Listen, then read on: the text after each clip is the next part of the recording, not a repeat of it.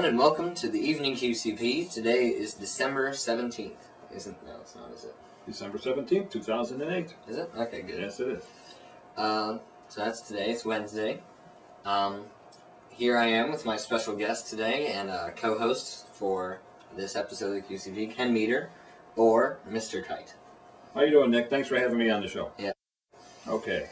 All right, so like always, we'll start you off with the market update. Today, the Dow Jones Industrial Average was down 100 points, approximately, which is 1%.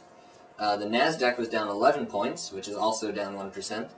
Oil was nearly unchanged, and it's around $40 a barrel. And gold was down 1 point, and it is now at $867 an ounce. It's pretty expensive. Yes, it is. Very expensive. Solid-state hard drives today are $25 per gigabyte. Solid-state hard drives have no moving parts and are the way of the future of hard drives. Maybe. They're very expensive.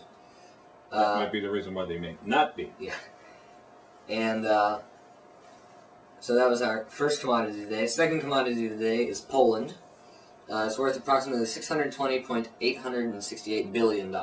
So Bill Gates could buy Poland. Maybe.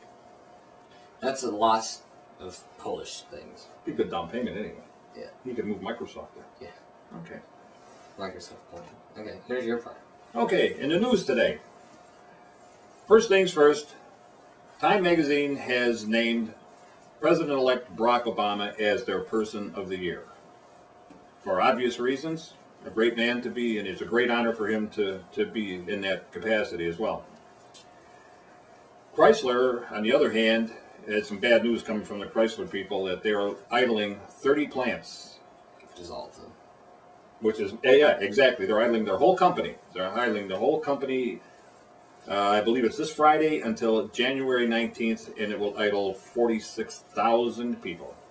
And that doesn't call into play either all the other people that feed into Chrysler, which will be losing their jobs as well, probably, or cutting back anyhow.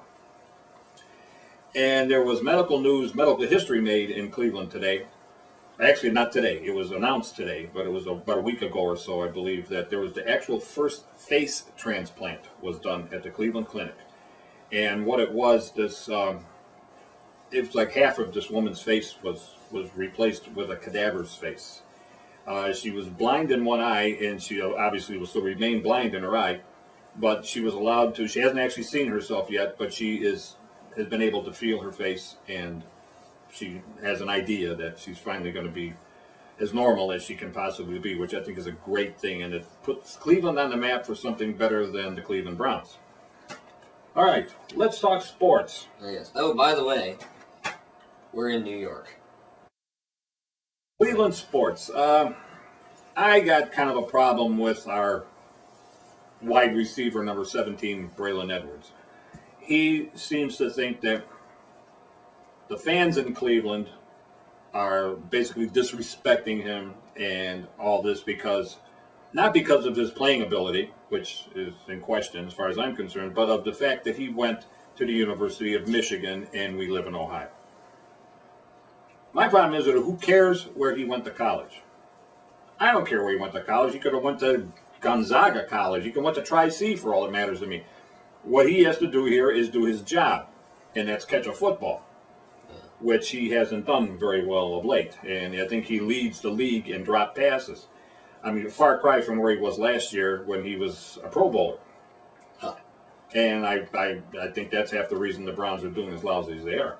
But on a better note from the Cleveland Browns, our nose tackle Sean Rogers, Sean Rogers, and left tackle Joe Thomas for the second year. Now this is his second year in the league, and his rookie season was in the Pro Bowl, and now he's in the Pro Bowl again. So that's some really good news. Finally, out of the Browns camp, we have some good news instead of the crying and the moaning and pointing fingers at everybody, but not taking responsibility for their own actions. What do you say about that? Yeah, I know. It's about the way I feel about it too. But it's 106 days until opening day for the Cleveland Indians. Go Tribe. Yeah. I should do the weather. I think you should do the weather. Okay. Okay, let's get the weather going here. I don't know the weather. I know what it is. Tonight, it's dark.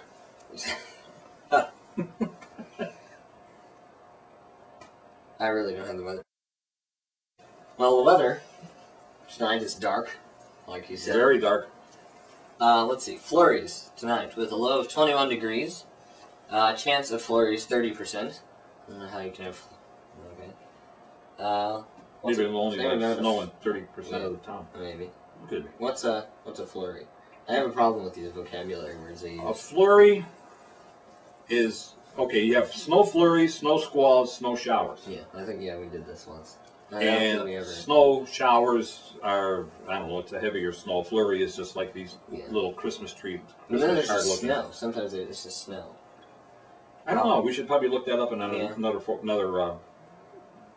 of the QCP.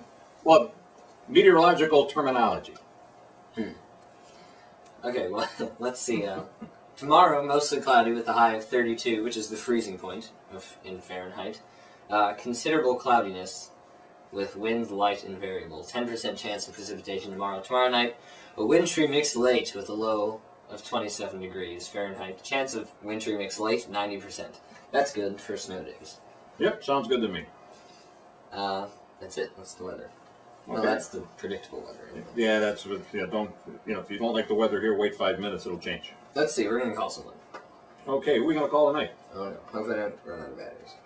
Let's call this man. See what he has to say. No particular topic. See if he wants to talk about any topic that we can. Okay.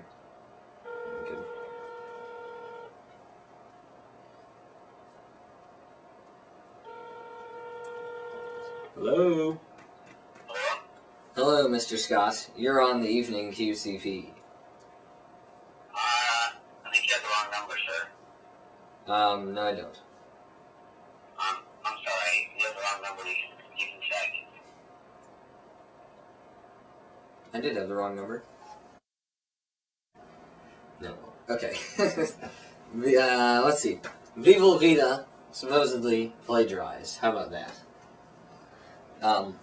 But that's the question of the night. Do you think it was? And I'm going to present some both sides of it. Hopefully, I'm completely biased toward Coldplay, or for Coldplay rather. But the story is Joe Satriani, who is a guitarist, sues Coldplay for their hit song "Viva Vida." He apparently the melody is similar in the rhythm and the chord progression. We're gonna play it so you can see for yourself. It's pretty close. It's pretty close, Yeah. but I don't know if I would call it plagiarism.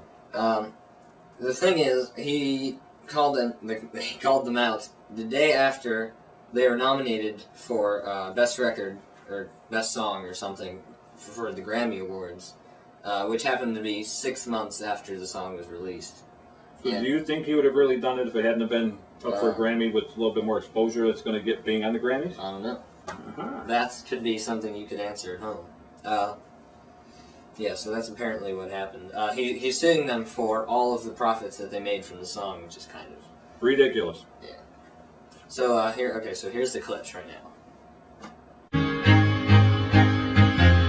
I used to rule the world, seas would rise when I gave the word.